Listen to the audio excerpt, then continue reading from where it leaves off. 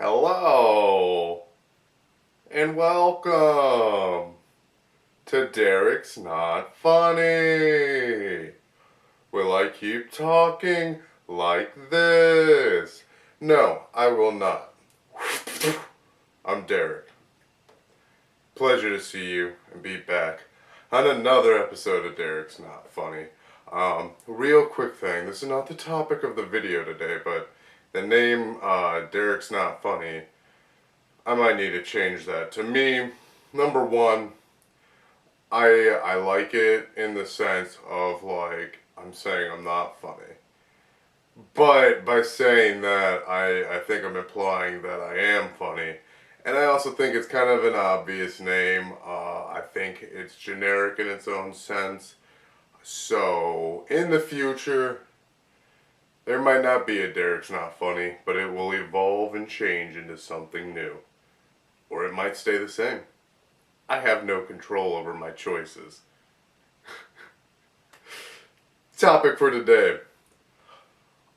I was wondering what I was going to talk about, and then I realized let's just assess myself and see what I feel like talking about. And I've been tired all day. Tired. So we're going to chat about being tired and sleep. And we're going to make this real quick.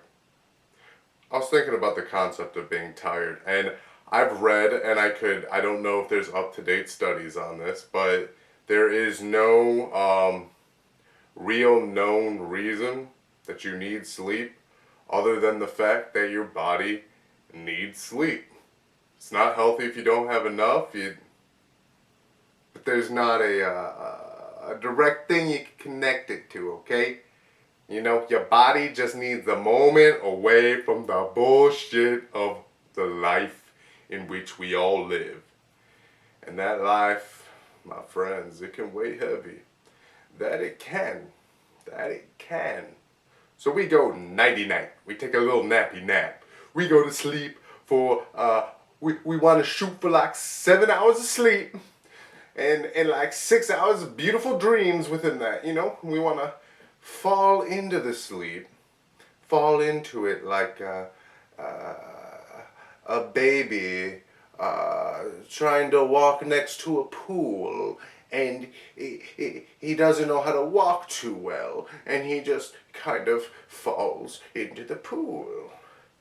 And if the kid doesn't know how to walk, then the kid probably doesn't know how to swim, and if the kid don't know how to swim and he falls into a pool, you're gonna have a dead kid on your hands.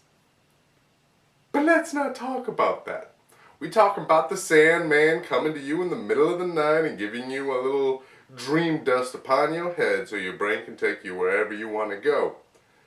Now, the way I've understood dreams are that it is, your mind is flashing images, and what dreams are is your mind interpreting these flashes, and your brain is weaving up some wackiness to make sense of what your brain is doing. And that's the weird thing about the brain, is your brain is trying to make sense of what your brain is doing. The brain is a dangerous thing, folks. I mean, have you talked to some of these people in the world? How does their brain work? How does my brain work? We want to unlock limitless potential of the brain, but we can't even control the basic things we're trying to do.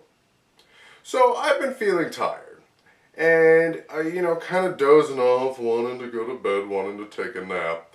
And I thought about the concept of, isn't it weird that as humans, eventually we just shut off?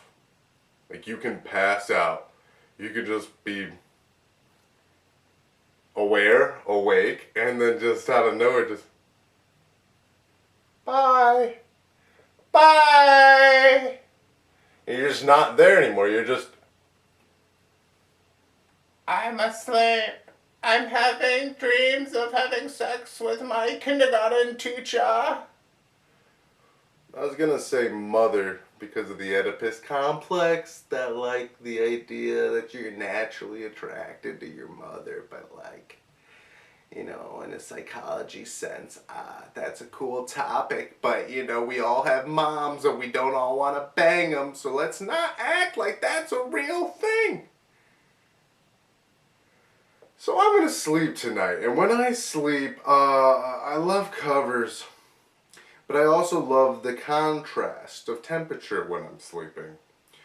For example, I will turn a fan on if the room is not cold, and I'll have a bunch of blankets on because I like that feeling of being safe in my safety blankie, which is just a comforter and a sheet. I don't have a safety blankie. Any blankie is a safety blankie if you're safe underneath the blankie. You dig? You dig. Some people, a big common thing is people stick their foot out of their blanket, and this actually helps because what it does is, since it's at the bottom of your feet, uh, we're getting scientific. I'm acting like I'm smart, but well, you stick your little foot out there and it starts cooling it down, and the blood tries to cool down the whole body when it works its way back up and through. So it's kind of like, you know, when you're sleeping, your body's like, I'm gonna regulate my body and shit and stick my foot to the side. So yeah, and to wrap it up, I will point out about dreams. I've had good dreams and I've had bad dreams. But, you know, sometimes dreams will do this thing where you're not at peace with where you're at in your life at the moment.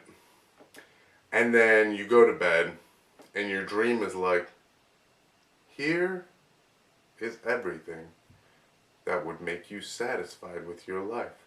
Like, I recently had a dream that this girl I used to be in love with in high school, all of a sudden we were having a family, and like we discussed it, and it was like, well, my job and you do that, and eventually I'll get this, and we'll move into your place and everything will be great. And all of a sudden my life was like, in the dream I was like, look what happened. So randomly, everything was perfect. And then I woke up into the real world. And I realized, we ain't in a dream, folks. But we ain't in a nightmare either, because there's some good, happy stuff. So you know what? Enjoy the dreams. Use them to analyze your subconscious and what your mind's trying to tell you, or what you have on your mind. And, you know, sleep tight. Don't let the bed bugs bite. Don't let the bed bugs bite. And get like 7 hours of sleep. Alright, guys. That was my ramble on sleep. Big old mess, but that's okay. Like I said, I'm tired. So with that, I'm sleep.